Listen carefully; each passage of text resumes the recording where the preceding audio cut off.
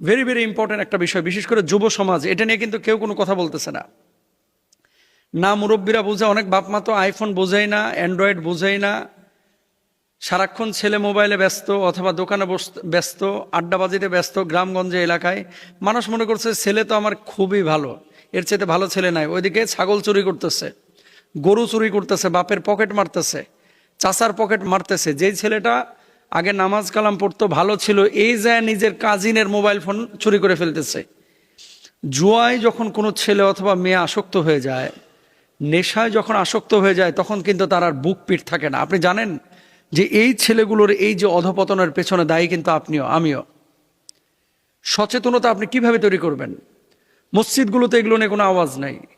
আমাদের যে কমিউনিটির যারা ঊর্ধ্বতন, যারা হর্তাকর্তা, তাদের পক্ষ থেকে কোনো আওয়াজ নাই। আমি সেই সমস্ত যুবকদেরকে বলবো, এবং যুবতী যারা এই আসক্ত, খেলা হচ্ছে ভারতে আর এখানে জুয়া খেলতেছে বৈশা বৈশা ব্রাহ্মণবাড়িয়ায়, জুয়া খেলতেছে কুমিল্লায়, জুয়া খেলতেছে ঢাকায়। আপনারা যেটা করতেছেন এটার ব্যাপারে শরিয়ার বক্তব্য কি? কোরআন আল্লাহ কি বলেছেন? আল্লাহ তাআলা বলছেন কি, খেয়াল করেন। ইয়া আইয়ুহাল্লাযীনা আমানু ইন্নামাল খামরু ওয়াল মাইসিরু ওয়াল আনসাবু ওয়াল আজলামু রিজসুম মিন আমালিশ শাইতান। নিশ্চয় মদ, জুয়া, মূর্তি পূজার বেদী এবং ভাগ্য নির্ধারণের স্বর সবগুলোই হচ্ছে শয়তানের অপবিত্র কাজ। এবং অন্য একটি আয়াতে ইয়াসআলুনাকা আনিল খামরি ওয়াল মাইসির, মদ এবং জুয়া সম্পর্কে যখন জিজ্ঞেস করা হয়েছিল, নবীজিকে আল্লাহ তাআলা বললেন, আপনি বলুন, কুল ফীহিমা ইসমুন কাবীরু ওয়া মানাফিউ লিন-নাস ওয়া ইসমুহুমা আকবারু মিন নাফঈহিমা, যে এই মদ জুয়া দুটোই হচ্ছে অত্যন্ত গর্হিত কাজ। সাময়িকভাবে এটার মধ্যে কল্যাণ থাকলেও এর মধ্যে অকল্যাণের সংখ্যা বেশি। এরপর আসেন 2 নাম্বার, কুল্লু মুস্কিরিন খামরুন ওয়া কুল্লু খামরিন হারামুন। প্রত্যেকটি বস্তুই যা নেশা সৃষ্টি করে তাই মদ, আর প্রত্যেক মদই হারাম। তো মদ, জুয়া কোরআনুল কারিমের আয়াত এবং হাদিস থেকে আপনারা বুঝলেন এটা সম্পূর্ণরূপে নিষিদ্ধ একটা কাজ। এবার আসেন, যেই তরুণ তরুণীরা এই যে বিপিএল বলেন, আইপিএল বলেন, অন্যান্য ক্রিকেট, কি বিগ ম্যাচ সহ যে সমস্ত ক্রিকেটগুলো ইভেন এখন শুরু হয়েছে জানেন, ইউরোপে আমি নিজে দেখেছি, ব্রিটেনে, ওখানে বড় বড় চ্যাম্পিয়ন্স লিগের বড় বড় ম্যাচ অনুষ্ঠিত হয়। স্পেনে আমি তো লিভারপুলের পাশেই থাকতাম।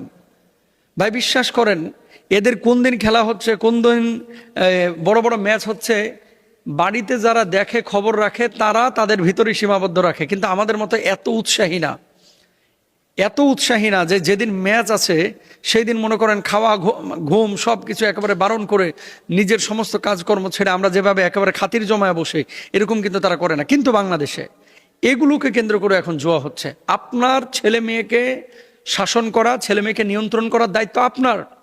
এখন এই জুয়ার কারণে কি হচ্ছে জানেন? এই জুয়া থেকে একটা ছেলে কিভাবে নষ্ট হচ্ছে? প্রথমত, একদিন 2 দিন সে জিতে, তৃতীয় দিন কিন্তু হারে। হারার পরে কি করে? টাকা বা উৎস সে খুঁজে, আর্থিক উৎস। যখন পায় না তখন মাকে প্রেশার করে। আমরা তো কয়েকদিন আগেও দেখলাম, নেশার কারণে, নেশার টাকা চেয়েছে, মাকে দেয় না, মাকে মেরেই ফেলেছে সন্তান। এই যে সামাজিক অবক্ষয়, এটার জন্য দায়ী কে? এটার জন্য দায়ী আপনি। ছেলেটাকে আপনি কেন বুঝাইলেন না যে জুয়া এটা গুনাহের কাজ, এটা গর্হিত কাজ, এটা পাপের কাজ? মদ এটা গর্হিত কাজ, পাপের কাজ, আপনি কেন বুঝাইলেন না? নবীজি সাল্লাল্লাহু আলাইহি ওয়াসাল্লাম বলেছেন, 3 শ্রেণীর মানুষ যাদের জন্য জান্নাতে আল্লাহ তাআলা হারাম করে দিয়েছেন, এরা জান্নাতে যাওয়া তো দূরের কথা, জান্নাতের গন্ধও পাবে না।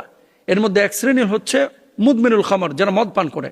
এখন তরুণ তরুণীদেরকে ফেরানোর জন্য 1 নাম্বার কাজ হচ্ছে এই ছেলেগুলোকে অথবা মেয়েগুলোকে, যারা দিন বুঝে, তাদের সাথে আপনারা তাল্লুকাত করান, সম্পৃক্ত করেন, অথবা তাদেরকে কোরআন হাদিসের কিছু মেসেজগুলো তাদের কাছে পৌঁছান শক্ত হাতে।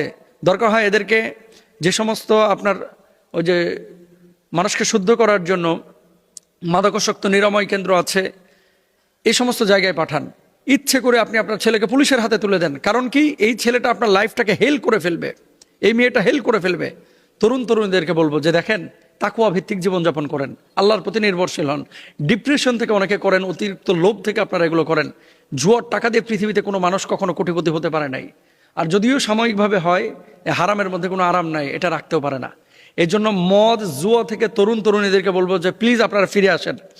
আপনি পৃথিবীতে কেউ আপনাকে মেয়ে বিয়ে দিতে চাইবে না, আর বিয়েও যদি করেন আপনি কিন্তু ধ্বংস হয়ে যাবেন, আপনার ছেলে মেয়ে সব কিছু ধ্বংস হয়ে যাবে। আপনি কি চান না পরবর্তী জেনারেশনটা ঠিক থাকুক? এই জন্য সরকারকেও বলবো এবং পরিবারকেও বলবো, এলাকার মোড়লদেরকে বলবো,